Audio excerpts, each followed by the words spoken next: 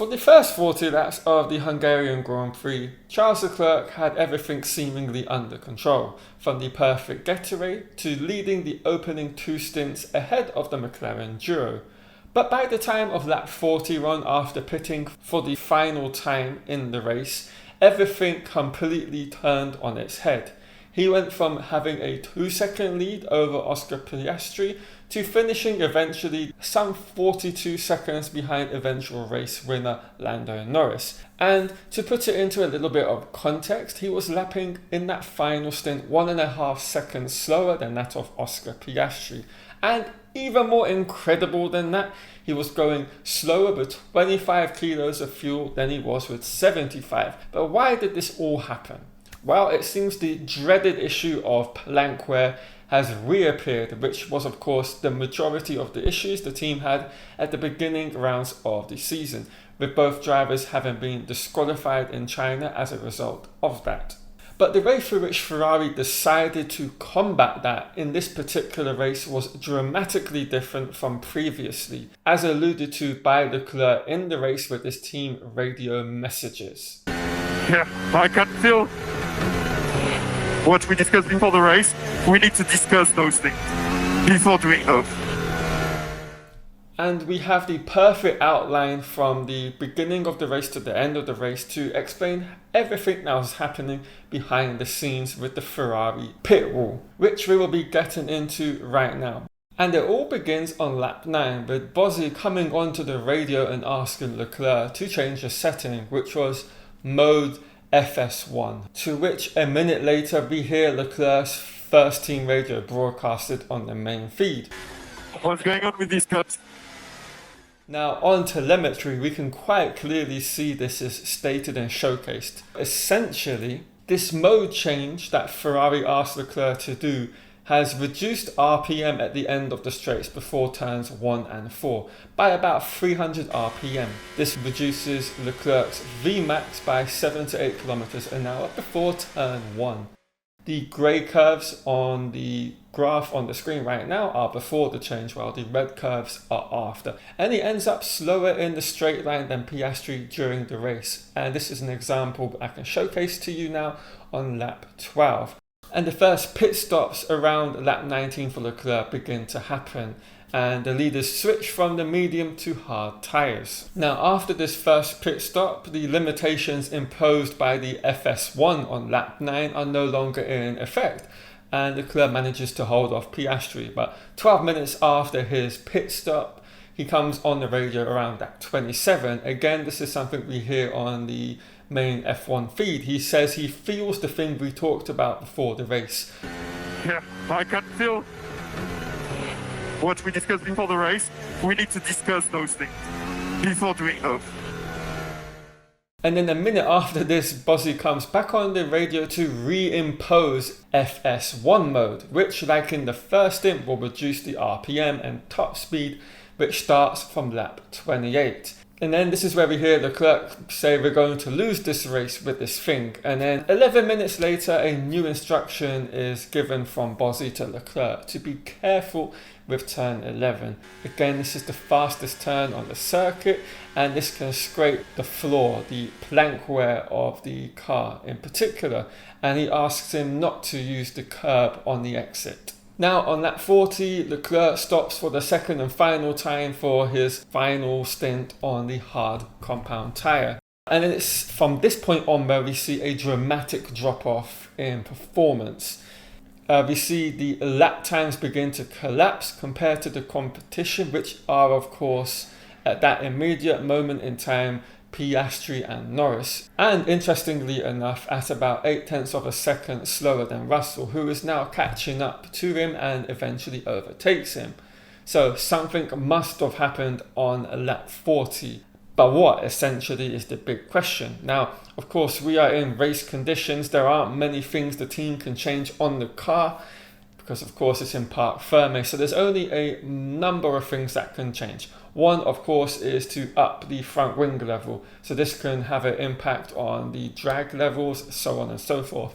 But another thing teams can do particularly if we're focusing in on the issue of plank where Ferrari has, is to up the tyre pressures on the SF25 for that final stint. And that is what I believe Ferrari have actually done. They've increased it dramatically over that of what they did previously in the first round of pit stops. And of course, Leclerc goes on to be overtaken quite quickly by Piastri in that final stint. And then he says he'll struggle to keep Russell behind. This is so incredibly frustrating. We've lost all competitiveness. You just have to listen to me. I would have found a different way of managing those issues. Now it's just undrivable. It's a miracle if we finish on the podium.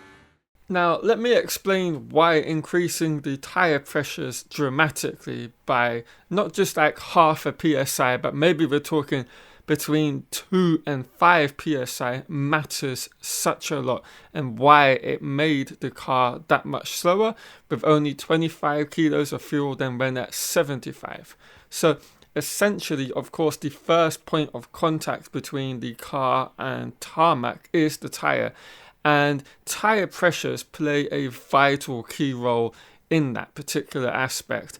The more tyre pressure you have, the less of a contact patch is going to be on the ground. Because essentially, of course, if you think about it, when you're going through the high-speed corners, the compression of the downforce is pushing the tyre onto the tarmac, and the contact patch is that much greater. But increasing the tyre pressures means the kind of not virtual, but the kind of dynamic working window in terms of the ride height level increases. So there is less downforce being generated from the floor because the actual SF25, as a result of the increase in tyre pressures, is having less contact with the surface of the racetrack. That is the reason behind why Leclerc was actually going that much slower in that final stint than when he was at 75 kilos in terms of fuel at the beginning. And this is the moment from which, instead of having a kind of moderate level of drop off in terms of performance from stint 1 to stint 2, we see this dramatic drop off, which I mentioned at the beginning of the video, where he ends up averaging a 1.5 seconds slower than Piastri in his third and final stint. A dramatic change.